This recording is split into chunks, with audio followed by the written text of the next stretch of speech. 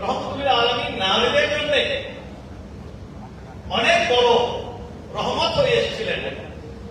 শুধু আজকে যেখানে বলা হচ্ছে পরমত সহিষ্ণুতার কথা, সাম্প্রদায়িক সম্প্রীতির কথা, যেখানে আমার নবী বলেন কোন মুসলিম জনপদে যদি কোন অমুসলিম নাগরিক কষ্ট পায়, আমি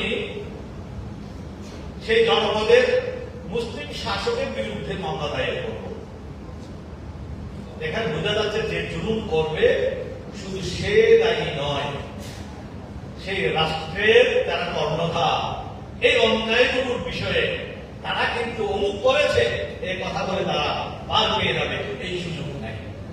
যেমন ওমর ফারুক রাদিয়াল্লাহু তাআলা বলেছিলেন, কারণ যদি ফোরাত নদীর তীরে একটা কুকুর না খেয়ে মরে, কাল হাসরের ময়দানে আমি ওমরকে পাকড়াও করা হবে। তার মানে